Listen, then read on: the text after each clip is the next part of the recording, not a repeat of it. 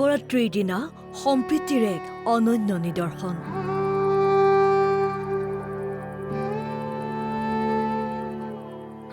ঢিঙৰ ব্ৰহ্মপুত্ৰৰ চাপৰিত দেখা গ'ল সম্প্ৰীতিৰ বিশেষ দৃশ্য। মহাশিৱৰাত্ৰি উপলক্ষে মুছলমান সম্প্ৰদায়ৰ লোকসকলে চাফ চিকুণ কৰি সজালে এটা শিৱ মন্দিৰ।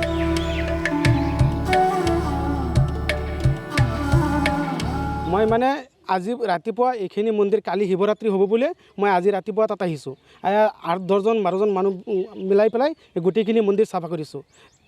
তোৰতো তেনেকুৱাই কালি যেনেকুৱা ডিঙৰ পৰা মানুহ আহিব আমাৰ চৰ অঞ্চলৰ গোটেইখিনি মানুহ ইয়াত লাগি বেগি পূজা কৰিব আৰু কিবা খাবলৈ কিবা এটা মই অৰ্যোগ কৰি ব্যৱস্থা কৰিছোঁ। সেইখিনি খাব বুলি মই গোটেইখিনি মানুহৰ তাত আহ্বান জনাইছোঁ।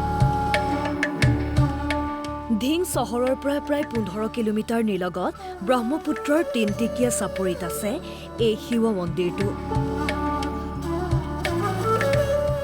ঢিং চহৰৰ পৰা গৈ মাজে সময়ে হিন্দু সম্প্ৰদায়ৰ লোকে পূজা অৰ্চনা কৰে মন্দিৰটোত, কিয়নো শিৱ মন্দিৰটোৰ আশে পাশে নাই হিন্দু সম্প্ৰদায়ৰ লোক।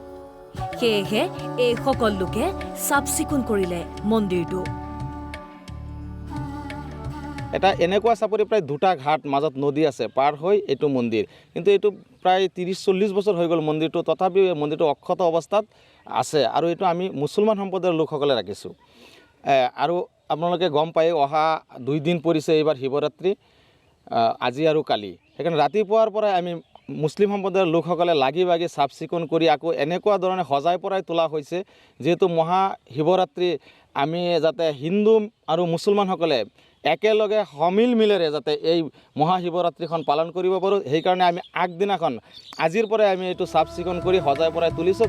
মহাশিৱৰাত্ৰিৰ দৰে এটা পবিত্ৰ দিনত অঞ্চলটোৰ মুছলমান লোক ওলাই আহি শিৱ মন্দিৰটো চাফ চিকুণ কৰি জনসমাজলৈ প্ৰেৰণ কৰিলে বিশেষ বাৰ্তা।